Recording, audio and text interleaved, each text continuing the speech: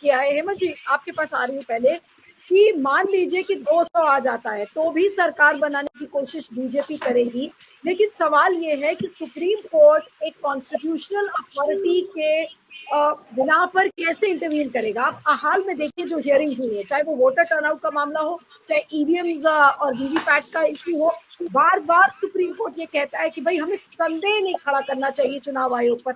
अब संदेह जब हम खड़ा ही नहीं करेंगे और अगर वो बेसिक प्रमाइस हो जाएगा आपके पूरे का, तो फिर उम्मीद क्या बची है भाई। यानी कि सुप्रीम कोर्ट भी शर्माएगा चुनाव आयोग के खिलाफ कुछ सख्त कार्रवाई से। अब सुप्रीम कोर्ट को कहीं ना कहीं तो एक कड़ा रवैया दिखाना पड़ेगा। जी हेमंत जी। देखिए नीलू जी, पूरे का पूरा जो सिनेरियो है बहुत ही दुर्भाग्यपूर्ण सिनेरियो है, और ये एक आइसोलेशन में नहीं है, ये एक पूरे का पूरा पैटर्न है। आपने चंडीगढ़ का जिक्र किया भाऊ ने, चंडीगढ़ एक आइसोलेशन में मत देखिए। चंडीगढ़ के बाद सूरत में देखिए, उसके बाद इंदौर में देखिए, तरीका वही है, फाइनल डेस्टिनेशन वही है, केवल उसको बदल दिया अलग अलग सिस्टम से। और अगर हाल फिलहाल का इतिहास देखें आप 10-20 साल में, चंडीगढ़ का एक उदाहरण छोड़ दीजिए, जब तो चीफ जस्टिस ने उस फैसले को पलटते हुए जो आम आदमी पार्टी का था मेयर था उसको मेयर घोषित कर दिया, और दूसरे को जो बीजेपी वाला था धक्के से बनाया था उसको साइड कर दिया। उसके अलावा आज तक जो भी फैसला हो गया है उसको कभी भी सुप्रीम कोर्ट ने पलटा नहीं है सामान्य हालात में चुनाव से रिलेटेड, और यही सबसे बड़े दुर्भाग्यपूर्ण बात है। एक चीज है जो अशोक जी कह रहे हैं, उसके अलावा बहुत कुछ है। कल मैं कुरैशी साहब का इंटरव्यू पढ़ रहा था, उन्होंने किसी अपने ही साथी को दिया है। उनसे पूछा गया कि साहब ये 11 दिन फाइनल डेटा में क्यों आए, तो उन्होंने कहा कि ये चुनाव आयोग का काम है और ये 24 घंटे के अंदर आना चाहिए। ये कुरैशी साहब के शब्द मेरे नहीं, कल बहुत डिटेल इंटरव्यू छपा उसका।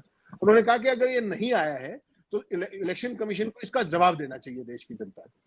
सवाल इतना नहीं है नीलू जी, सवाल इससे कहीं आगे है।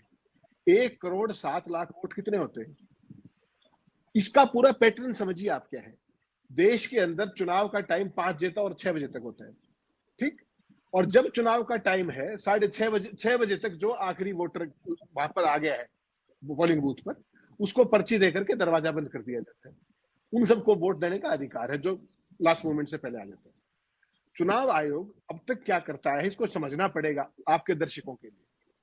जो व्यक्ति अंदर आ गया है उस समय तक वो 7 बजे तक वोट डाल देगा, 6:30 तक डाल देगा, 7:30 तक डाल देगा।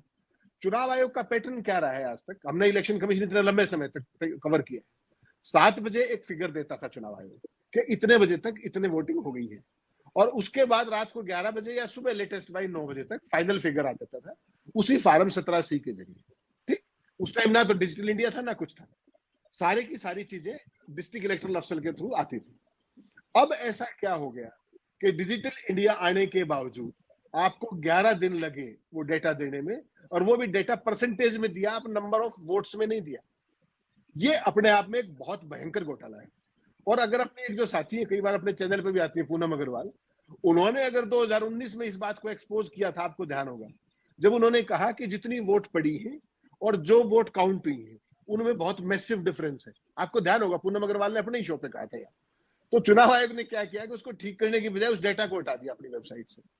तो ये जो वोटों की डकैती है, जो जनादेश की डकैती है, ये अभी से नहीं हो रही है, इससे पहले भी हो रही थी, लेकिन अब ये सिस्टमेटिक उस तरीके से कर दिया गया है।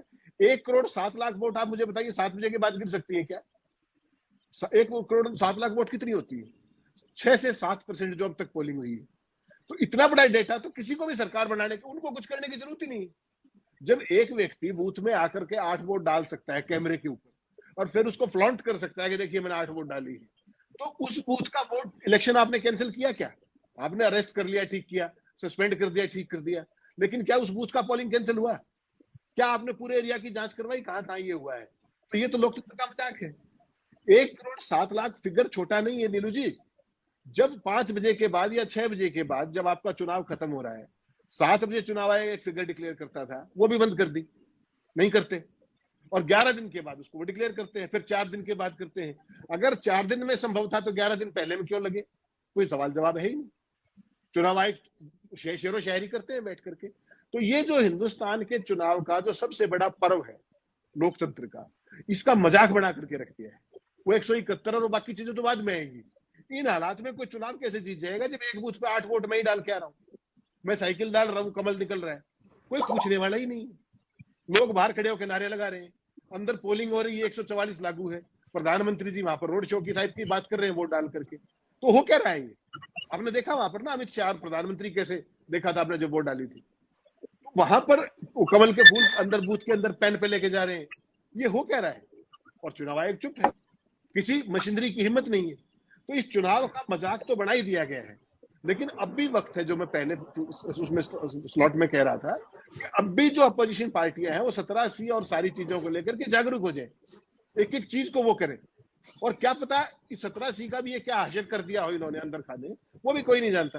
तो पूरे का पूरा प्रोसेस डाउटफुल है और इस चुनाव के कोई मायने नहीं बचते हैं अगर ये इस तरीके से हो रहा है। जितनी चाहे उतनी सीटें लिख लेंगे वो, कहां समस्या है उसको? जब सूरत को आप ऐसे लिख सकते हो, सूरत के जो 20 लाख लोग थे उनका क्या कसूर था भाई, तो क्यों नहीं वोट डालने दे रहे आप?